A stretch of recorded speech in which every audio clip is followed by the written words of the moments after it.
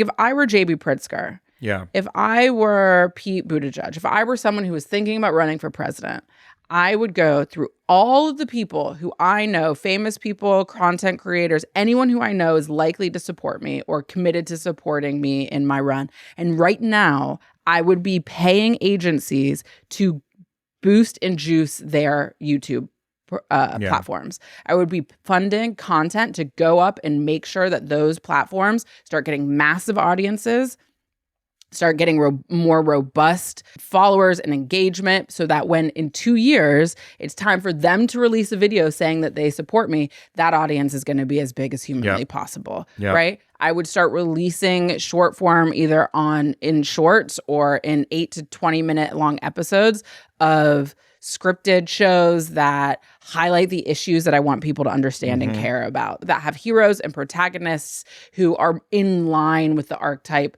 that I represent. Like, it's so easy to do, but now is the time to start doing it. And we have got to abandon this absolutely nonsensical commitment and attachment we have to a media landscape that we consume, but the rest of the country does not. Welcome to Twigg and Jenkins. I'm Carri Twigg.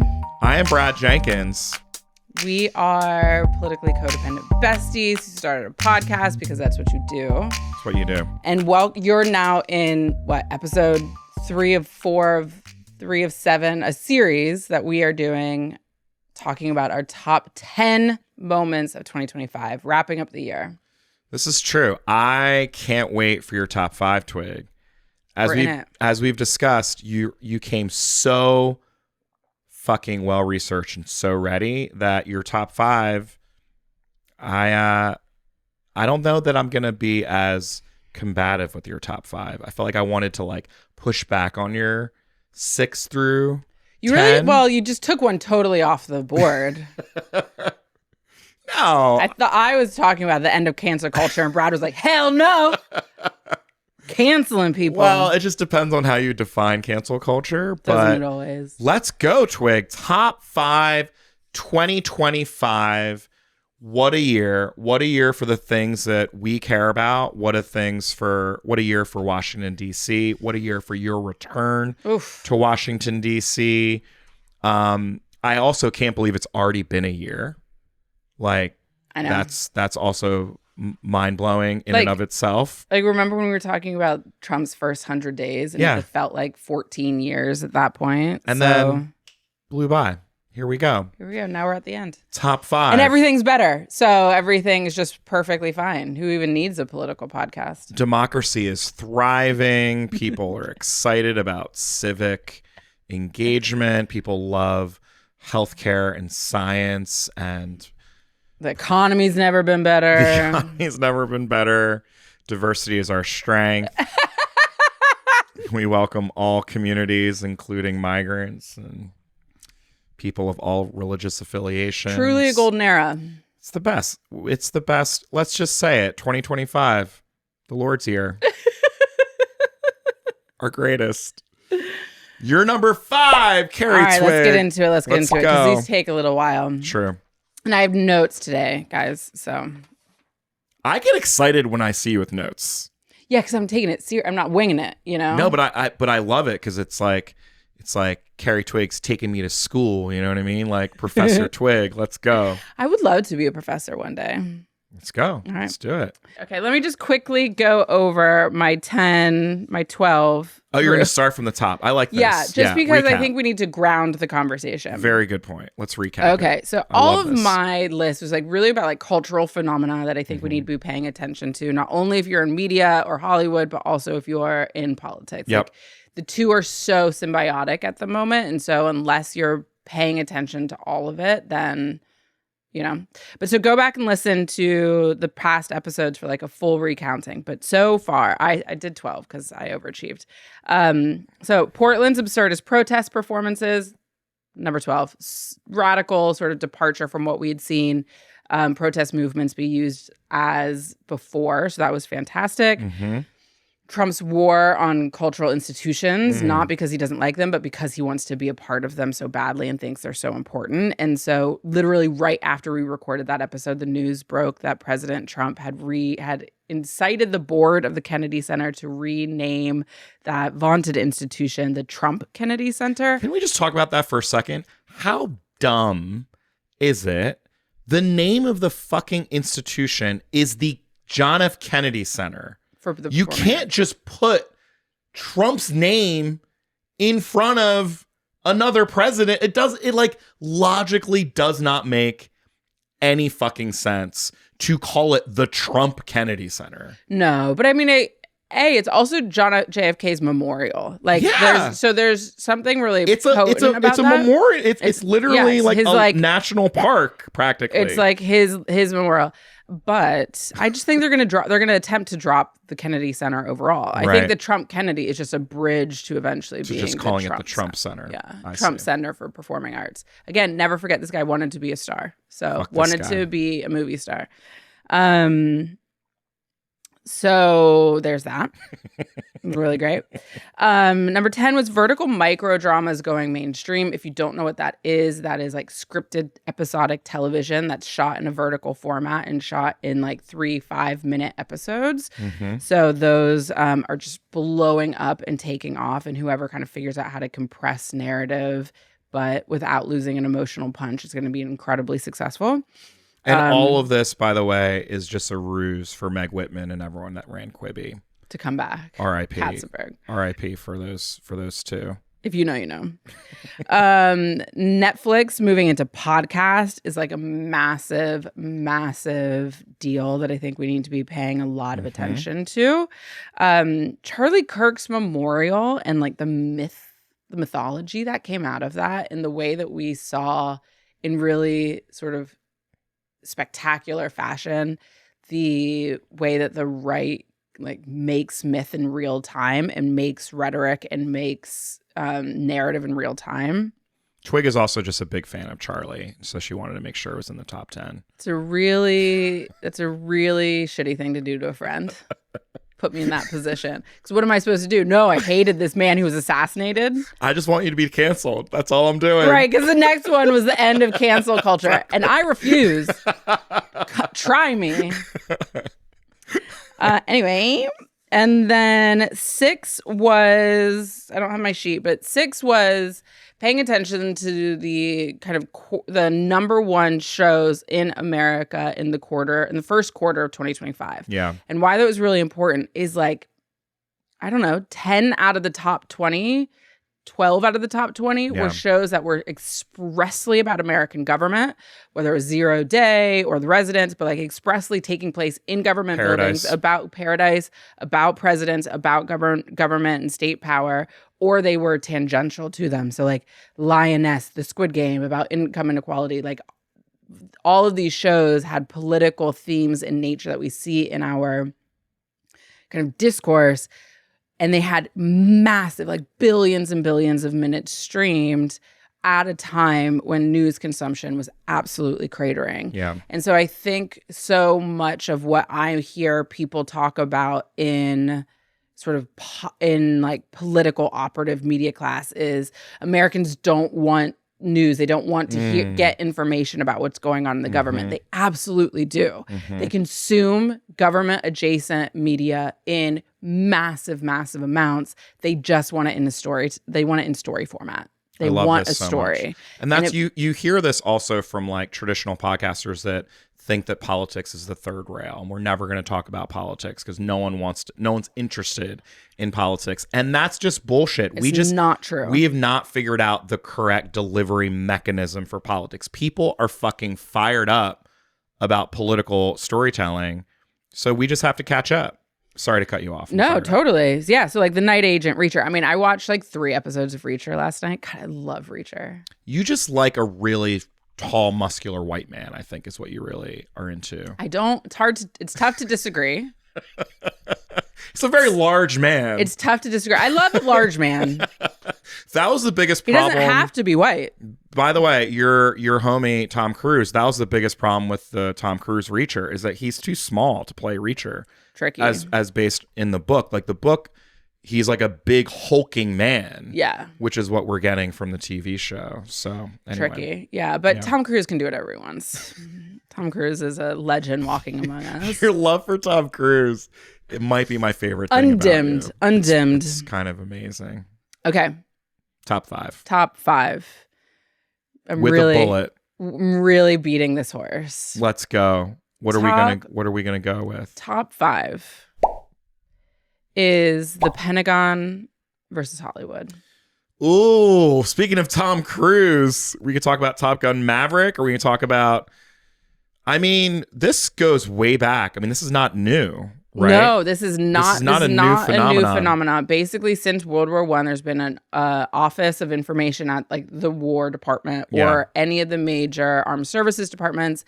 And if you want to make a show like Reacher, if you want to make a show like Top Gun Maverick, if you want to make a film like Top Gun Maverick, which is a perfect film, if you want to make a show like NCIS or Law and Order, you have to coordinate with the respective law enforcement agency. If you want to make a video, One Direction made a video with NASA's cooperation. You have to, even a music video about space, like you're dealing with this agency. Right. Yeah. And they have script approval. Right. And so this has been like quietly happening for years and years and years. Not only do they have script approval, they often contribute to budgets for shows that paint the American state agency, like American state power and security in a particular light.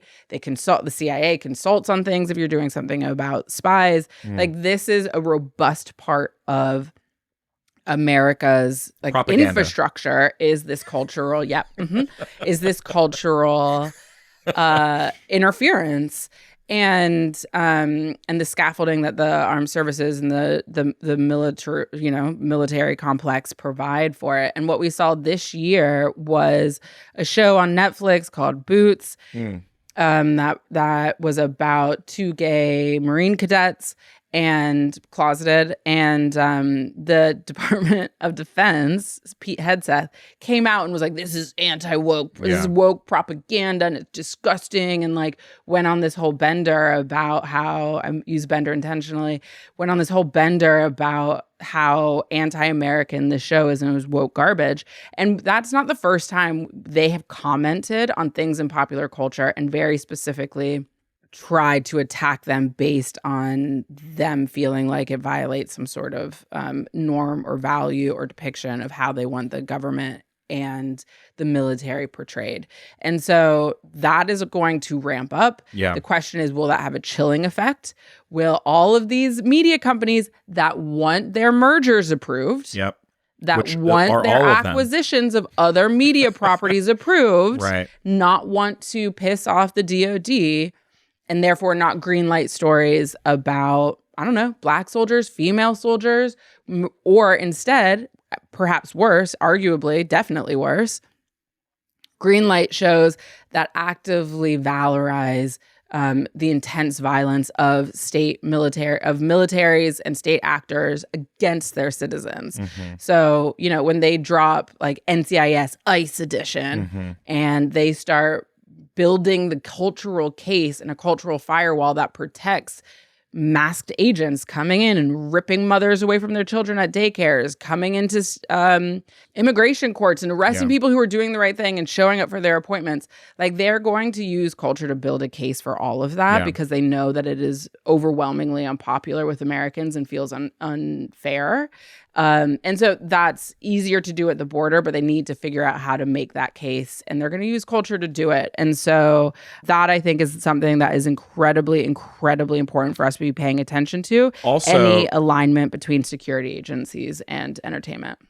Sorry to interrupt. You're just you're on a burner over there. The other thing I would also mention is, at least from what I remember from my like old college days, like learning about how important it was, like a lot of the filmmaking that was coming out of the DOD was for recruitment purposes, right? So to valorize the Air Force, the military, or the Army, especially at a time of war, pre-draft, also post-draft, to make people feel good about serving their country.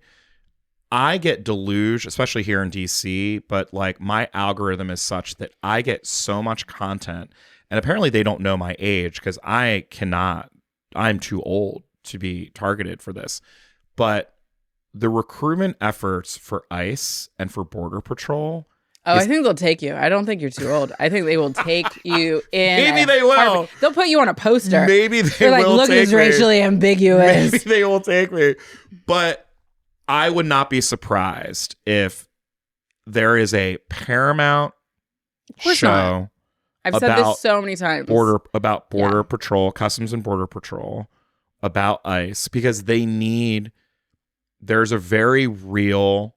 There is money. We saw in the Big Beautiful Bill how much money is being set aside to fund this work, but they're having a really hard time recruiting people, and they're throwing money at people. Yeah. They're throwing money. They're throwing bonuses. They're throwing all these things. What's lacking is, to your point, the culture piece, because they know who are the people that are going to sign up to do these jobs: Black and brown men.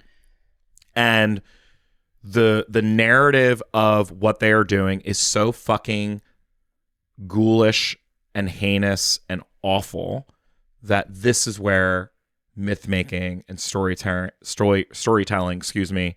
and culture comes in. So to your point, like, this is going to happen, if not already happening in this moment. Like, I'm sure that there is an NCIS ICE. Somebody's working on it right now. Somebody's working on it right now. Because they're going to shape consent. Yes. They're going to shape consent, not only to your point around valorizing these guys so that people who want to feel powerful and heroic and important to their society join in. Yeah. But also so that those of us who are not going to become ICE agents, but maybe don't think about it or don't have a strong opinion on it quite yet, or maybe do. It shapes our consent of like, no, these guys are heroes and they're doing important work, and we should allow them to do what they're doing because Papa and the state says it's okay. And so shaping that consent is a both of the perpetrators, but also of like the passive citizenry is really, really valuable, and they're going to go after it. You know how I know that they're going to do this? You know how I know also because I woke up every single day coming home from school listening to the theme song. Do you remember this song? Bad boys, what you gonna do? Like, cops defined my culture of is racialized. It was valorized. Law enforcement as the heroes, totally. And as, in most respects, Black and brown communities as the villains. And it was on Fox 5, Channel 5, every single day. Every single day was cops. And from the theme music to the vibe to the like over-the-top valorization of law enforcement, that was like the most popular show on daytime television for like a decade. For like longer. A decade. Yeah. It's incredible. And it feels like a snapshot, and like Reno 911 kind of like almost Reno 911 did a really great job of satirizing cops amazing. And like kind of like cleaning up that mess. But if you were to put cops on television now, people would be horrified. Some. Well, good point. Maybe, no, bro. Well, actually, good point. Maybe they'll just bring cops back. That's another thing. Speaking of reboots, people have tried to bring it back. Yeah. I think people were trying to bring it back, and then 2020 happened, and so then it got shelved. Right. But it'll come back for sure. Yeah. And some people will be horrified. And the reality is the fracturing of our media landscape, I've said this a lot, is like both a blessing and a curse. Right. Because the people who aren't horrified by it, it's going to go straight to them. Right. And they're going to be buoyed by it, and they're going to feel even more righteous in their convictions around the right of the state to terrorize anyone that the state deems terrorizable. Yeah. And those of us who we know will disagree, we're just not going to get served it. Yeah. Like, we're just not going to be served that on our algorithm. I'll probably get it because I watch so much like Reacher. And you really do. I watch so many white guys shooting things so much of that content. You are kind of like the core, like you love the Sheridan universe. Like you're right there. You're in the mix. Because it's great. I mean, I understand why it's like bad for society. It's great content. But I'm an American. Okay. You are American with a M-U-R. With a U in there. All right, we ready? Number 4. So number 4 is this has been obviously in the making for a long time. This has been true for a long time. But I think we are now fully dropped into the reality that YouTube is the most powerful video platform, story platform in the world, and particularly in America. It dominates watch time, it dominates political influence, and it dominates personality-driven worldview formation. So this is why my number 9, Netflix is like going after podcasts, going after these creator-driven videos, and trying to pull popular content off of YouTube so they can be more competitive. More Americans get the news from YouTube than cable, and YouTube provides not only, like, I use YouTube in such a boomer way. I'm like, okay, how do I put a light dimmer in? Like, I use it for like very specific education, but that is not reflective of the vast majority of how people are interacting with it. Not to mention the way that YouTube TV has grown and like the ability to live stream, so like sports and so many other eventized, content. And so anyone who is not thinking about YouTube as being central to like their political strategy is missing a massive, massive and key component of what they're doing. Great point. And by the way, to all of those, God bless you, DC consultants that think of YouTube and they only think of it in terms of pre-roll. It's like pre-roll ads. That's not what we're talking about. What we're talking about is actual content. The other really great nugget that I've learned recently is that YouTube is the most popular music service. So it's not Spotify, it's not Apple Music, it's not, sort of all dominant. of these traditional things. It's fucking YouTube. Yeah. And it's YouTube music videos, but then it's also just YouTube like lyric videos. Like there's all different versions of music content on YouTube. That just blew my mind. I just assumed like, oh yeah, most people are listening to Spotify or Apple Music or Google Music or Tidal or all these music services. And especially for young people, I'll also speak as a parent, YouTube is all my kids watch. Yep. That's it.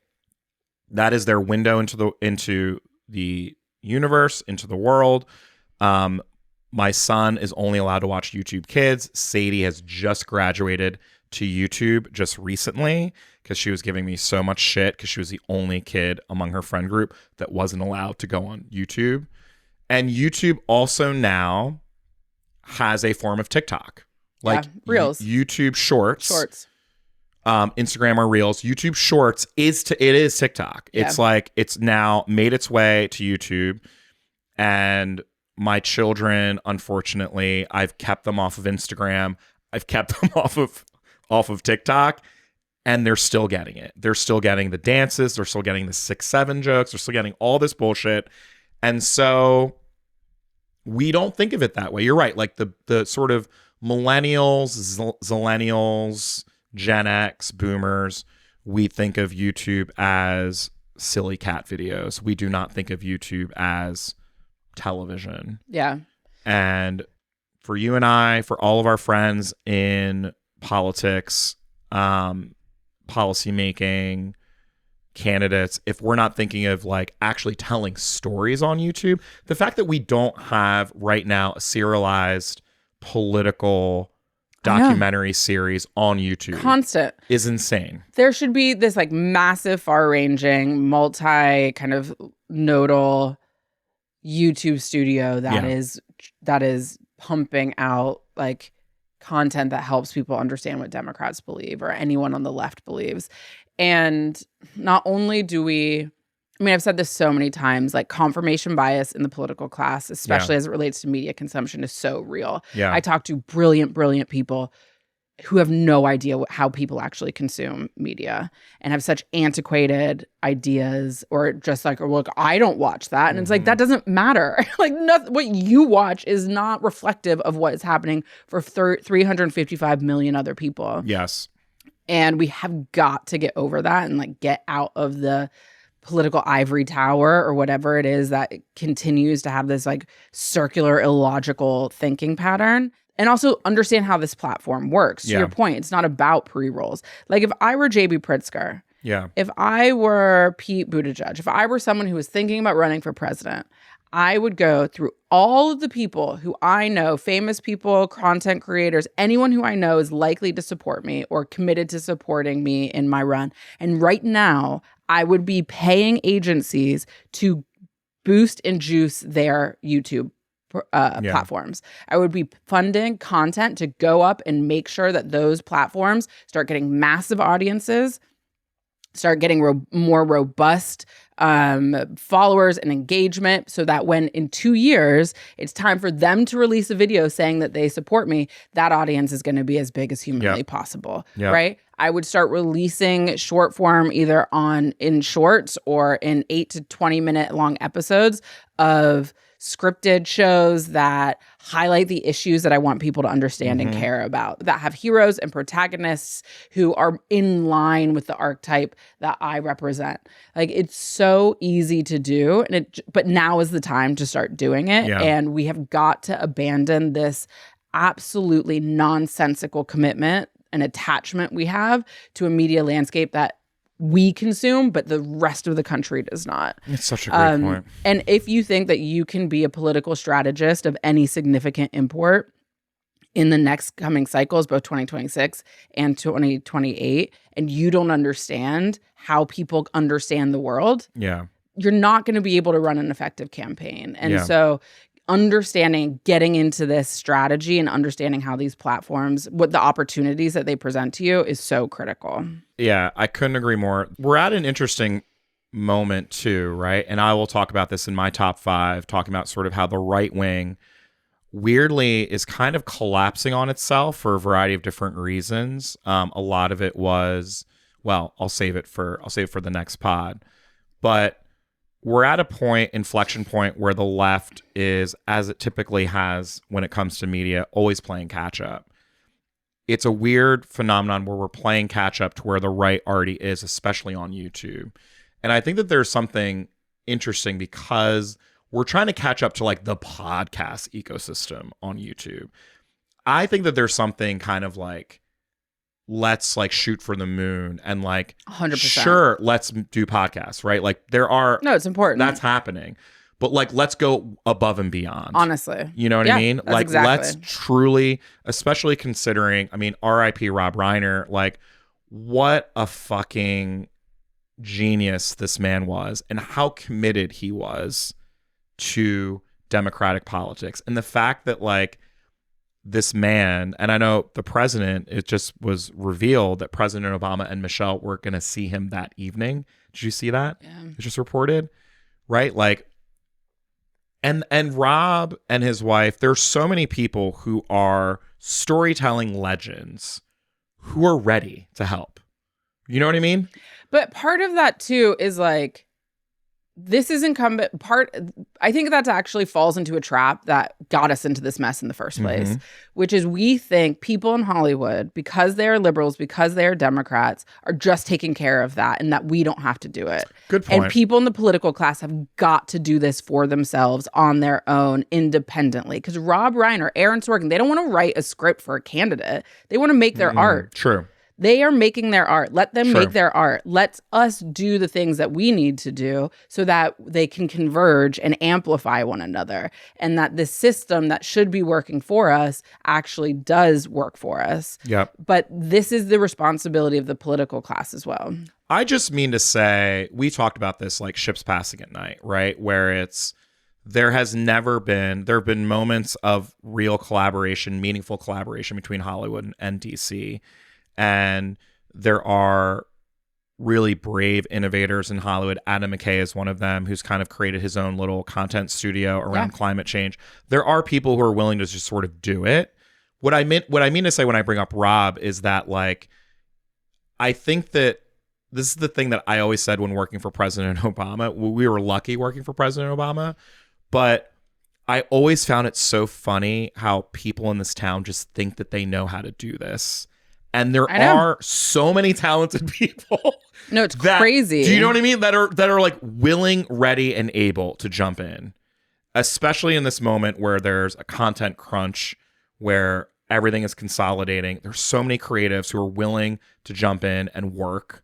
I get emails from them every single day. Like, this should be a moment where we are innovating, where we're creating, because there's a lot of people willing to do it, you know? Absolutely. And there's so many people sitting on the bench. Like, Hollywood's in structural decline. And so there's a lot of people out of work. There's a lot of people with a lot of weeks on their calendar that we can go be snatching up. But my point is that it's not enough for us to do this in a one-off way. Agreed. It has to, we have to build the infrastructure to actually bring this to scale, not just sort of like one brilliant moment. I think the days of like healthcare being saved by your video with Funny or Die and Between Two Ferns are over. One video is not going to do it, right? 100%. We need to be, the average American is watching 42 hours of media per week. Yeah. Per week. That's a full-time job. Like that's more time that they spend sleeping with their family, with their friends. So if we're not contributing to that volume, then we're just not going to win people. Yeah. And so that kind of scale requires really big time investment and committed infrastructure. Yep. And like, you can't be in a comm shop in this town for a progressive organization, for a candidate, if you don't understand how this version of comms works. Agreed. In my view. I completely agree. It will be interesting to see, speaking of Netflix and YouTube and that battle. So Obama and Larry David are making their show. I've also heard some hot goss about the production of that show, which I will not share on the pod. Because it's a comedy. It's essentially like history of democracy. It sounds sort of like sketch, Schoolhouse Rock, like explaining how things work. And so in my world, I just know a lot of Funny or Die writers, producers, creatives that fall into that sort of Venn diagram. But this is like the president's first foray into, I would call it like pop culture content, right? Like, up until now, they've been making prestige, full feature, serious documentaries, a lot of which is like Oscar bait kind of projects. But this sounds like, this is like a different tack, and it feels very old school, in my opinion. Like, it feels like something that probably should have been made 10 years ago, in my humble opinion. Like, I'm curious how this is all going to play, but we'll see. Like, this does not seem like, especially on Netflix as a platform, it will be interesting to see if this travels, you know? Well, here's the problem. Here's like Barack Obama and the first President Obama and Mrs. Obama did not set up Higher Ground in order to be a like vehicle to advance democratic values. Yes. Because if they did, they wouldn't have entered into an overall exclusive with Netflix. Right. They have not been producing much of anything. Right. And so, like, they produce like a project per year, right? Like, what's been the average? But hold on. It's like, but they didn't make any of those docs. So American Factory, The Slave Ship, they didn't make any of those. They didn't produce any of those. They acquired them out of Sundance at film festivals that Netflix was probably going to buy them anyway, and they slapped the label of Higher Ground on them. Right. Higher Ground doesn't do physical production, so they are not making things. Right. They are acquiring things, and they are hiring out other production entities to get to ideas that they can actually get through Netflix. Sure. So this is one of the blessings and the curses of having a production company that has an overall and is housed within a platform.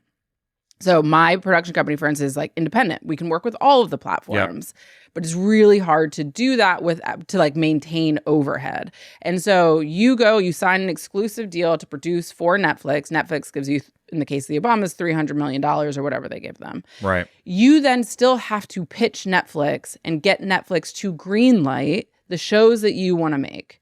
So they don't get to make whatever they want. They only get to make what Netflix says they can make. Mm-hmm. And so that dramatically decreases their volume. Mm-hmm. That dramatically decreases their output because Netflix they're not going to buy 10 shows from the Obamas every year. Yep.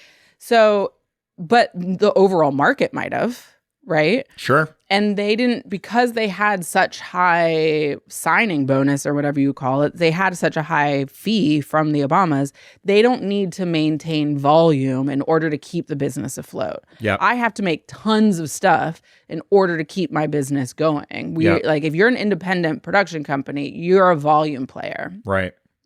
If you have $300 million or VC backing or like a billionaire daddy, you don't have to churn out as much as humanly possible to make your payroll. Yep. It's just a totally different proposition.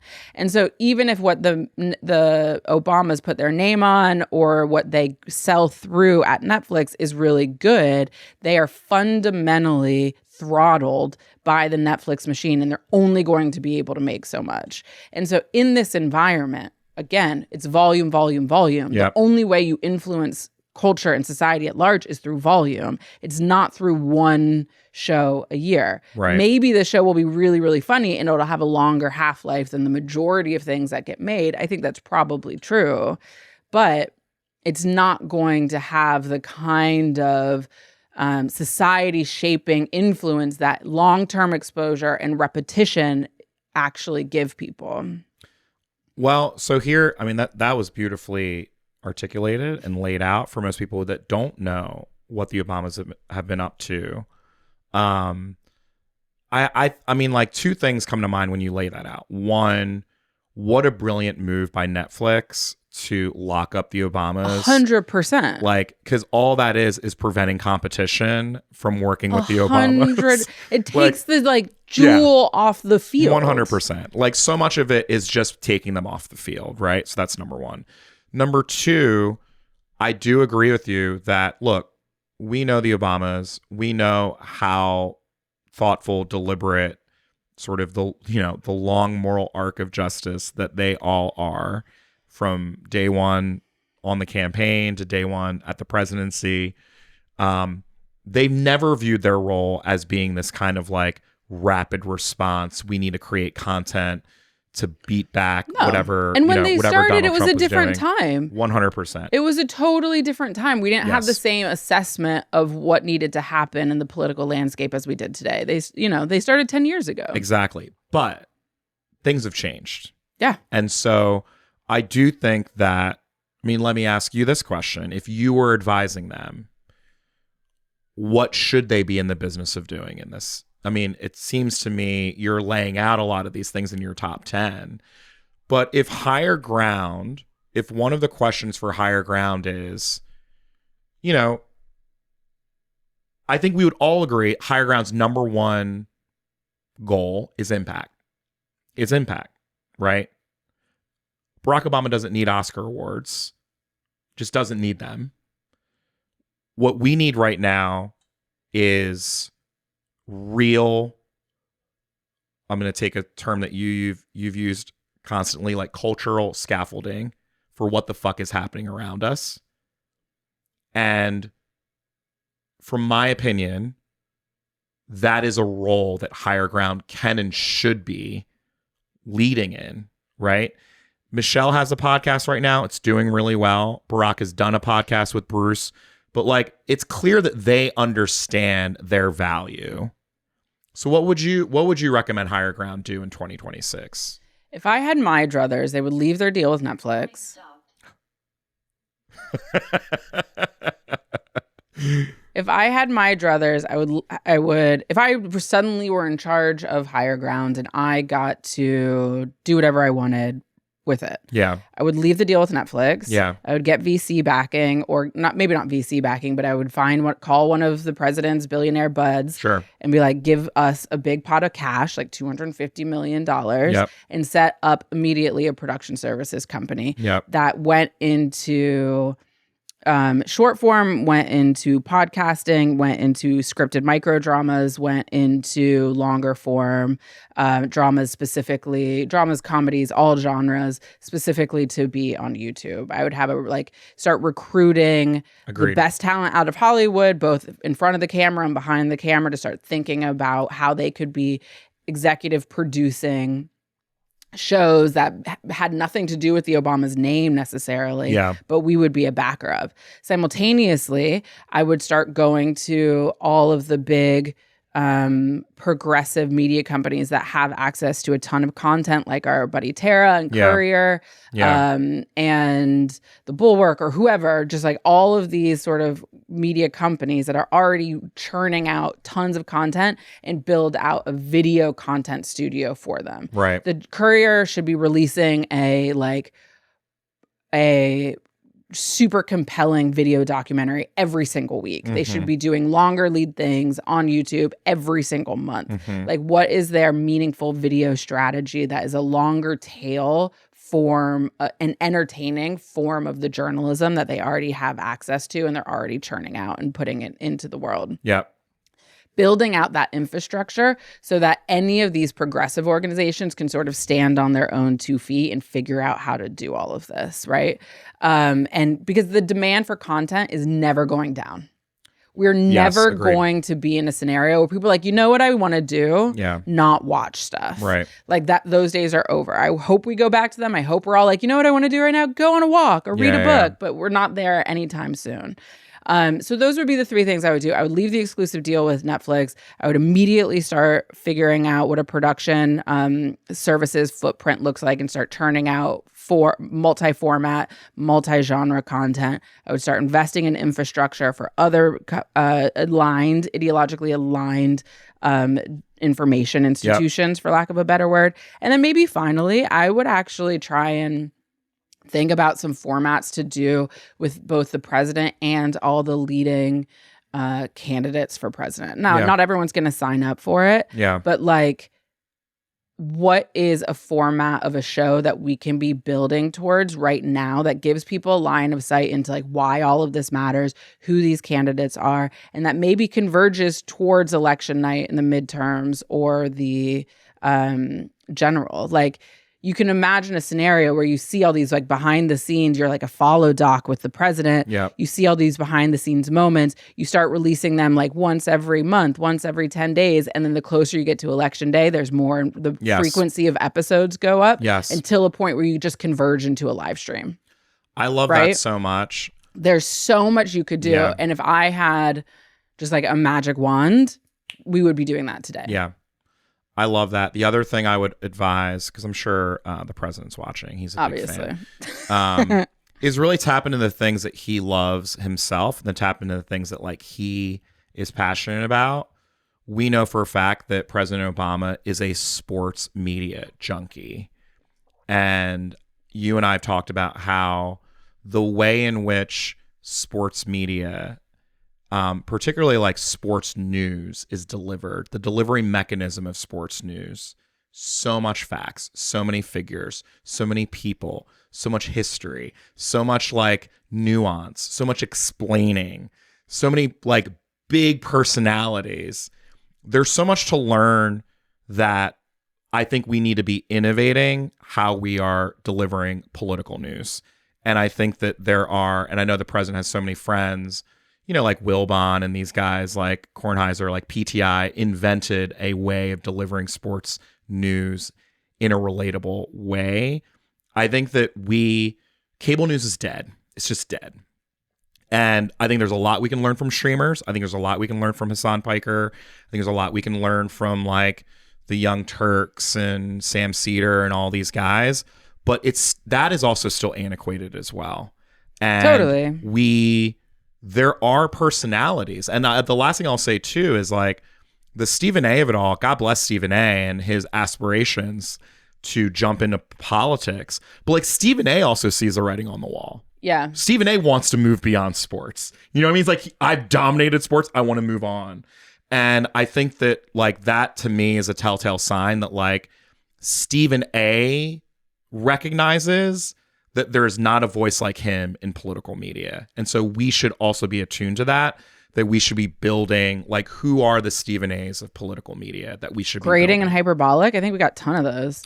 No, anyway, but not good, but not compelling. I can't think of a single political pundit that's good that I would be like excited to watch. Yeah, but yeah. You know what I mean? Like Chris Hayes. I mean, I love Chris Hayes. I love some of these guys, but like we need to actually bring people in a way that's compelling. You know? I think that's just longer. I mean, for me, I think that requires such a from the ground rebuild, and we got to do it though. But I actually don't know that we do. I don't know. I don't think that's in my top 5 priorities because it's not what people want to watch. And so even like the capital expenditure, the time and creative expenditure that goes into thinking about how you get people back to a place that they've demonstrated that they don't want to be in versus doing the work where people actually are. I think in this moment is so urgent that like all of our attention should be placed in entertainment content. And if someone wants to like go out and side adventure on news, go forth and prosper. Right. I think it would be great if we could figure out a way to get people to watch news again, but they've just demonstrated that they don't want to, and I think that's an uphill slog. I get it. I think it's a false choice. I don't think it's an either or. I think it's like we have seen the collapse of news, and we have seen attempts to like CNN and others to like make news entertaining. And in my opinion, that is literally like fertile ground to like create weird shit and like innovate and try shit out. Do you know what I mean? Like now's the time. If you're not, if no one is watching the shit, then why not try weird shit? You know? But I think that's what creators are doing. Like to me, that's the domain of the creator economy. I guess that's true. But we've discussed like that out. We've discussed though that the vast majority of the folks that do that are like the short form stuff. You know, totally. It's like short little 1-minute videos. Totally, you know? And that to me is like a great way of distributing information, but it's not a great way of building a value set. Right. And I think that we are so upside down on the values set and like whether or not people think Democrats or the left have the right values, and we're not going to get them back by giving them more information. And so it's about telling them a story and placing ourselves and them within the context of that story. Yep. And that's not what news is. I agree with that. But my rebuttal to so that. So spicy today. My rebuttal to that, I'm fired up, is going to be one of my top 5s, James Tallarico. Because I do think that there are people that, I mean, it comes down to talent and it comes down to like the right voices. And I do think that there are the right people in the right moment that, if given the right platform, can kind of innovate the way that people can receive news, process news, and I don't understand disagree the world with around that. them. Yeah. I don't disagree. There's so many talented people. I think Pete does that. I think Gavin does that. But the reality is, to quote our bestie Yossi Sargent, politics is where some people are some of the time. Culture is where everyone is all of the time. Right. And we have to go where we have the density of people. Agree. And so is there room for innovation in politics and in journalism? For sure. Yeah. Is that where the vast majority of people that we need to be paying attention to us are spending their time? No. Right. And so in a world where we do have to allocate resources, like that just wouldn't be where I would advise we allocate that many resources at this moment. I hear you. I get it. Number three. So my third is actually really similar, go figure, to what we were just talking about. And that is Zoran's New York victory, which I know was in your top 10 as well. God bless. And why this mattered to me is like that was a campaign that felt like culture before it felt like politics. Yeah. And I think it's so, so important. You know, we talked yesterday or whenever we were recording a lot about the policy implications of it. But I think this is more of like a political strategy feel of how we run campaigns and the value of a campaign that really, when when volunteers interact with it, when the average voter interacts with it, feels like culture. And a coalition that was built primarily around like language, values, and identity instead of the transaction of an election. And they just did it so beautifully well. I don't think it's a coincidence that he is the son of a legendary filmmaker, because you look at his content, and whether it was 30 seconds, 3 minutes, 30 minutes, or 3 hours, there's narrative structure to it. There was narrative science. There was rising action, falling action. There was a hero. There was a villain. There was a quest. Like all of the things that make a story good, a beginning, middle, and end, he would naturally communicate in that way. And I think it's so much... it's so responsible for what we saw at the as part of his success. And I also think one of the most fascinating to me and important things to be paying attention to is, do you remember on election day that they had released like 1 year earlier, he was out on the street like, hey, do you care about elections? Do you care about elections? And no one was giving him the time of day. They had that content from the beginning. They had it ready. And so many of our elected, so many campaigns think that they have to have the end result at the beginning. Yep. And Zoran was experimenting. Zoran was capturing these moments. You never know when you're going to need that content or when that content's going to become useful. Yep. And so the fact that it was baked in from day one of the campaign, this content capture and this approach to taking Zoran, but the digital inside outside, like, yes, it is digital content that people are going to see on their phones, but it is produced out in the world as he's interacting with people. Was so brilliant and so important, and like a masterclass in how campaigns should be thinking about content capture. You're going to have media agencies. You're going to you're going to hire these people to make your sleeker videos. But you also need to have a strategy that's like day in, day out, on the ground footage content. Storytelling. Could not agree more. I also think it's worth, because we've been kind of beating up on a lot of our friends from the right that all wanted to be movie stars, but Zoran also wanted to be a rap star and a movie star himself. So it goes both ways, right? It's just, the difference is Zoran is actually talented and like actually extremely charismatic. I mean, the other part, I spoke to someone who's running a campaign for governor in California, and, you know, this person admitted, like, everyone right now, every campaign wants to replicate what Zoran's doing. But the missing ingredient for all of those campaigns is having a candidate as incredibly charismatic and engaging as a Zoran Mamdani. He's like, it's a very rare thing to be able to execute. But to your point, the piece that I think people have missed is his content did not always star him.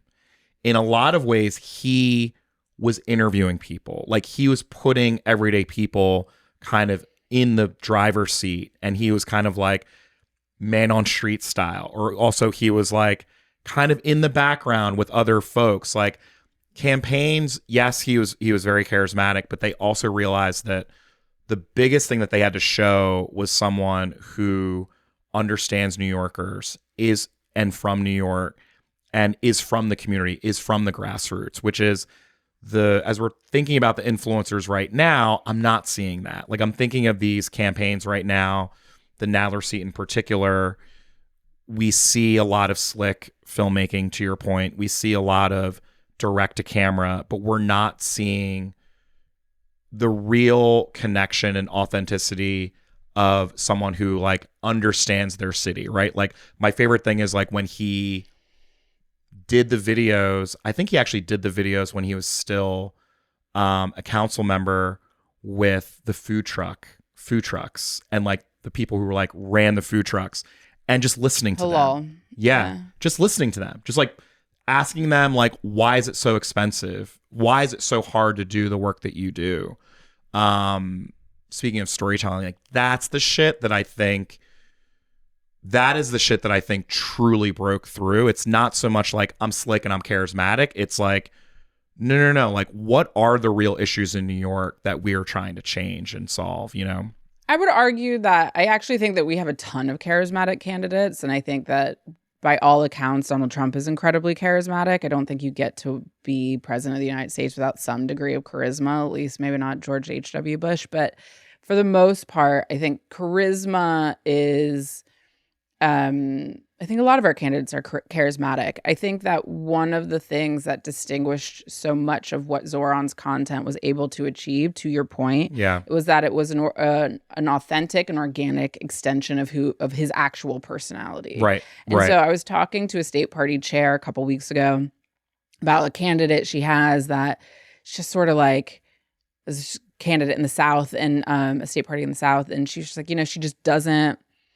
She's not good on camera. She doesn't like being on camera. She's not comfortable. Yeah. And I was like, but that's her strength then. Right. Play into that. Don't try and make her something that she's not. Great Make point. the joke be like, oh my God, now I have to be an influencer.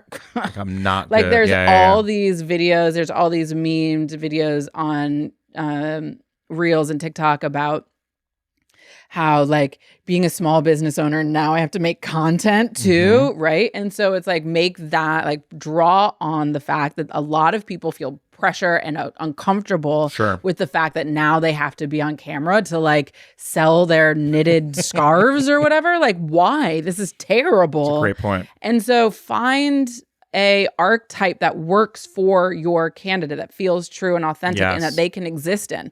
Don't try, if you don't have Mamdani, don't try to be Mamdani. Yeah, exactly. Right? If you don't have that juice, don't try and play that game, because drawing that comparison is a terrible idea. Like never go to a singing audition and do a Whitney Houston cover. Do not draw the comparison, right?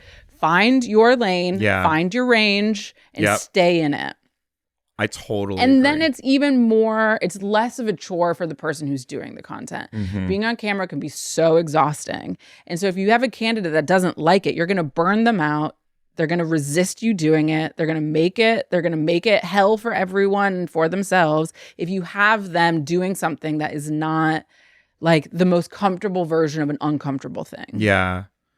Well, but they're going to have to figure out a way to like it. They're going to have to figure out a way to like it, to your point, on their own terms. But that's what I'm saying. Yeah, but that's why it has to be on their own terms. And it has to terms. be in an authentic format. Yeah. Also, so that there isn't some massive disconnect between a video that a voter sees of somebody and then the experience they have should they run into them in person. 100%. And that's where like the things came together. I completely agree. All right, Twig. Number 2. You got so two close. More left.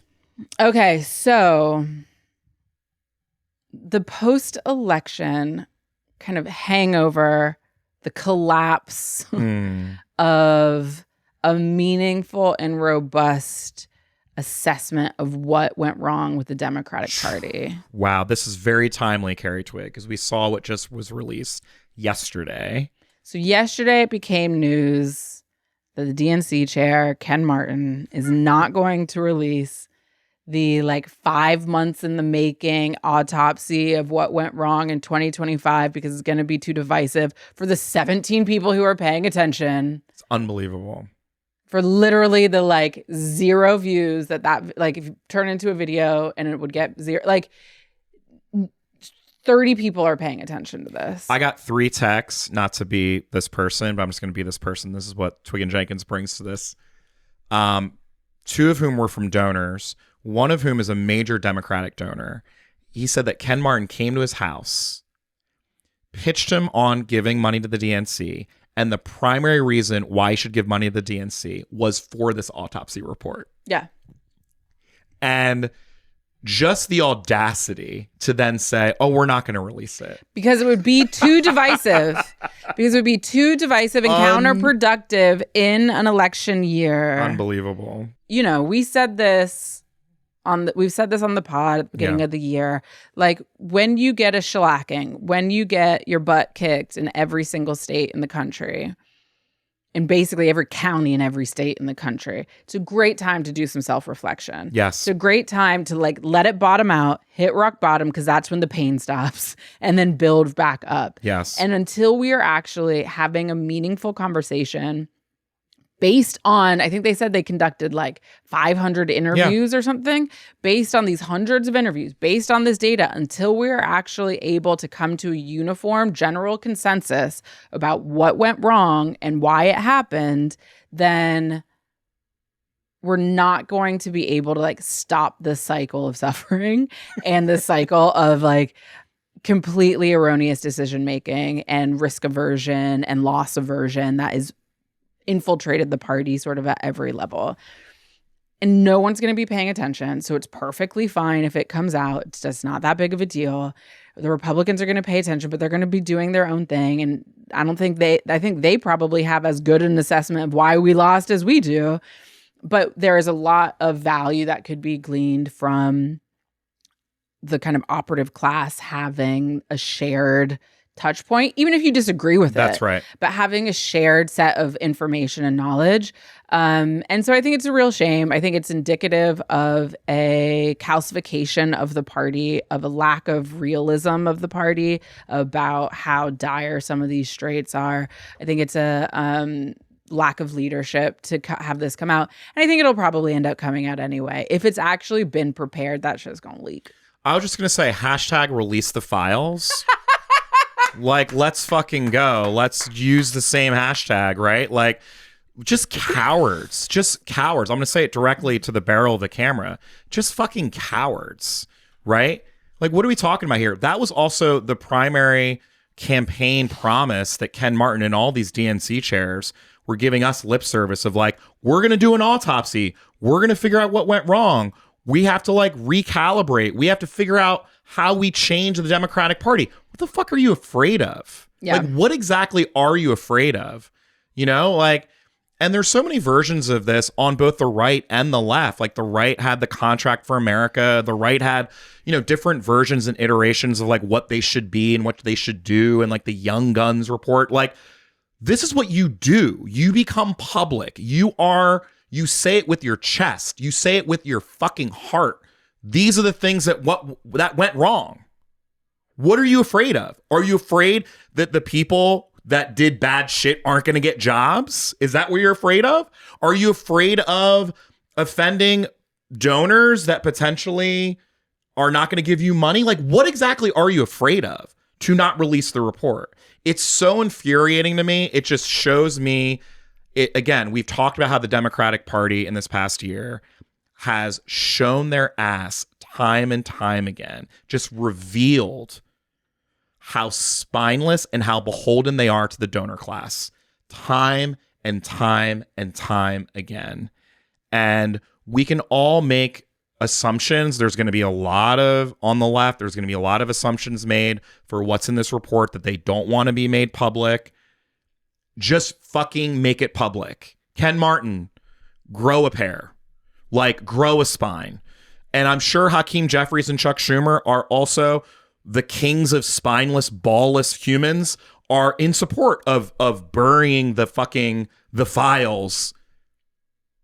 It's you know, I've been someone who has always said that there's no reason why America should have a two-party system. I have someone who has believed in the power of fighting Republicans tooth and nail at the state and local level. What we've got is this Democratic Party.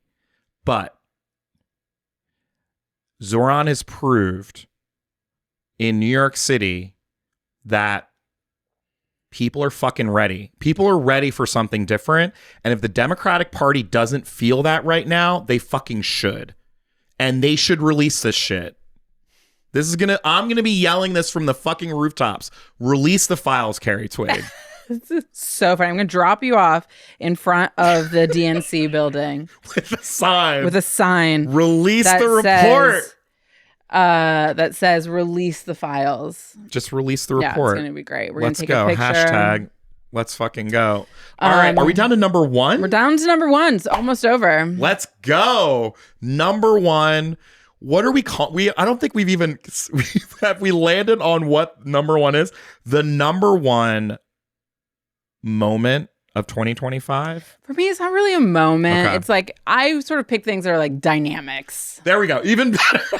I love it. The number one Carri Twigg like dynamic of 2025. Drum roll, please.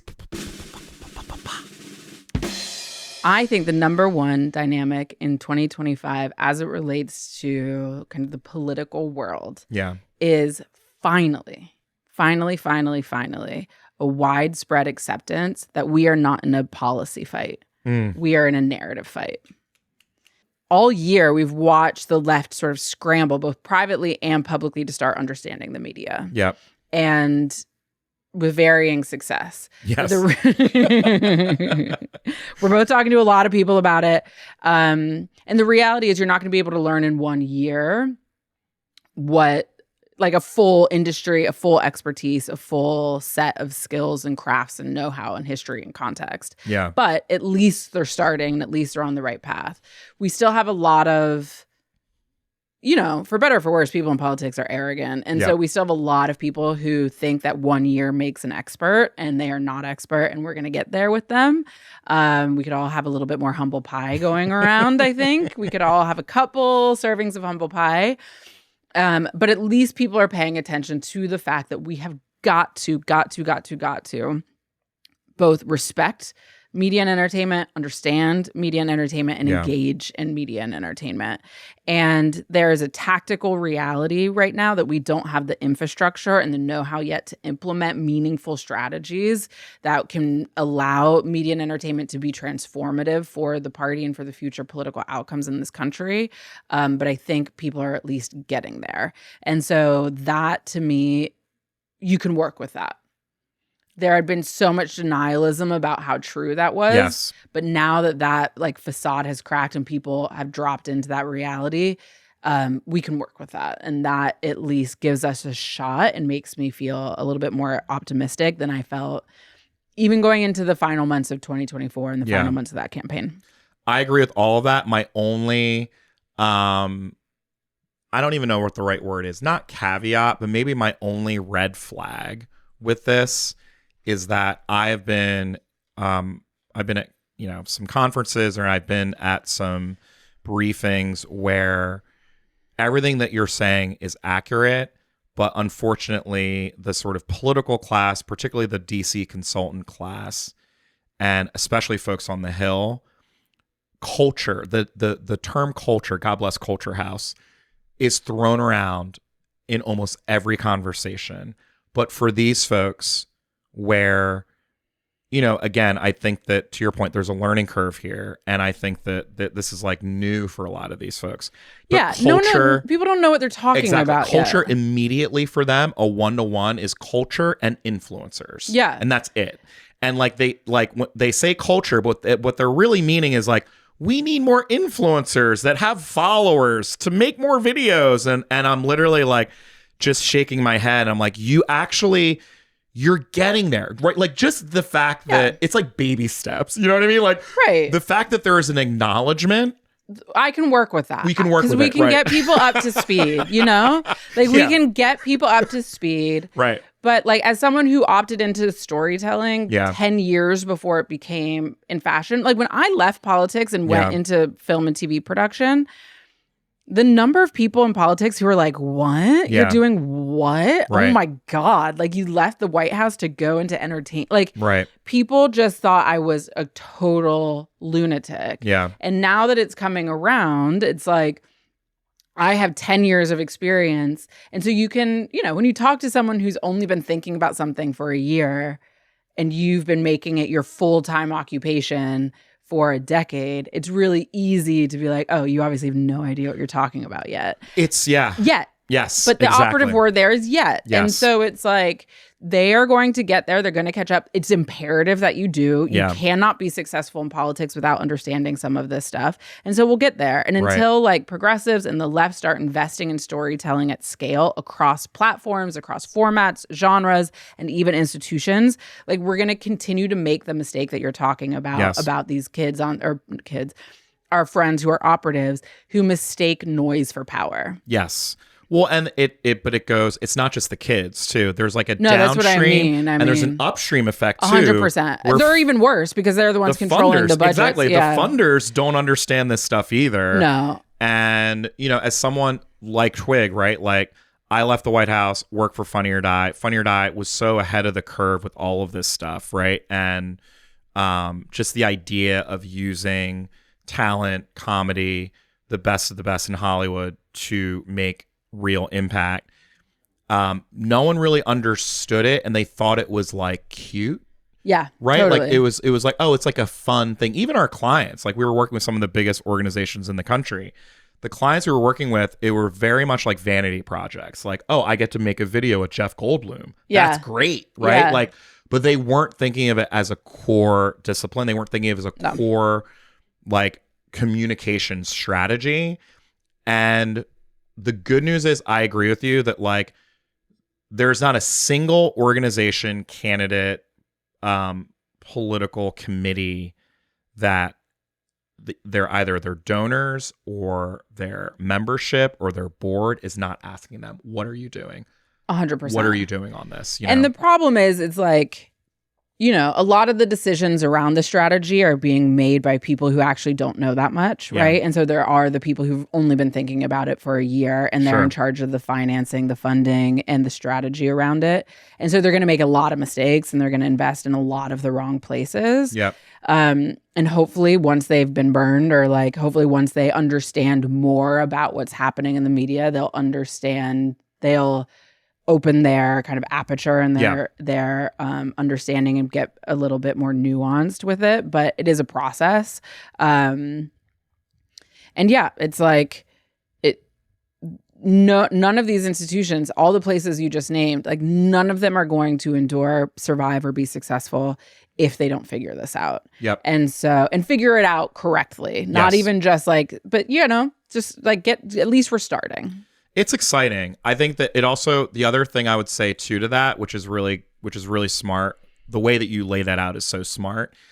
And I also feel like in your top 10 list, you recognizing that fact to Hollywood, like making that case that, you know what, political stuff is popular. People do want to watch political things because it goes both ways. I think the Hollywood of it all, like we would always hear that all the time, right? Like from real serious people that, well, people don't want to watch political stuff. It's just not true. And it's just not true. It's just not true. And I think you could go across all kind of medium, podcasts, you know, music. I still say that there's still a huge void for the new Rage Against the Machine. Like people are hungry for real shit. And that's the way I put it. Yeah. They just don't want it from news. They don't want it in the form of journalism. Exactly. But they very much want to engage with the world around them and understand why certain things are certain ways. Yes. There's a massive curiosity. Carri Twigg, your top 10 was absolutely incredible. Your top 10 clearly smoked mine. I'm thinking of like, do you know, like when you're in elementary school or middle school and there are like group projects, and then, you know, it's like one person has to make like a trifold science fair thing. And then you're like, oh, I'll do my own trifold. And it's like you get there and then you see your partner's trifold and it's like been worked on for hours and hours. And like yours looks a little haphazard. Mm-hmm. That's the kind of the way I feel about my top 10. But my top 5 is coming. Yep. We are going to record. You have good ones. Yours are more succinct. Mine was like very, I think you described my list yesterday as cerebral. There were just lots of bullet points, which I appreciate. Yeah. You know what I mean? It's like, it's when the bullet points have bullet points, you know, like the bullet points, there's an indentation from the bullet point. That's when you know you're really cooking with gas. You know? Like you're not fucking around. I have a lot of information I want to share. But we love your top 10. It's been a crazy ride this year doing Twigg and Jenkins with Carri Twigg. We love you so much. Production magic by Culture House and Enfranchisement. Carri Twigg. Elizabeth Joy Wyndham. Yes. Erica Anderson. Yes. Anything else? I think that's it. Unless there's other people. You usually name other people. I'm letting you name all the people. Your Culture House folks. Ray, Nicole. Yeah. No, that's it. We're good. Thank you, guys. Thank you for watching. One more segment to go. We've got one more, my top 5, and I promise it won't be as thorough and brilliant as Twig's, but I might curse more in mine. 100%. You know what I mean? And I'm probably going to be less combative with yours than you are with mine. I'm not combative. I love mixing it up. You know what I mean? You chop it up. I love mixing it up with Carri Twigg. I feel like my top 5, we got to bring back your father's voicemails about how upset he is about my cursing. You swearing. Yeah, it's been a long time. Smart boy. He's such a smart boy. Why does he have to talk like that? We love you guys. Thank you for joining us, and happy holidays. Happy holidays. Talk soon. Let's go. Peace.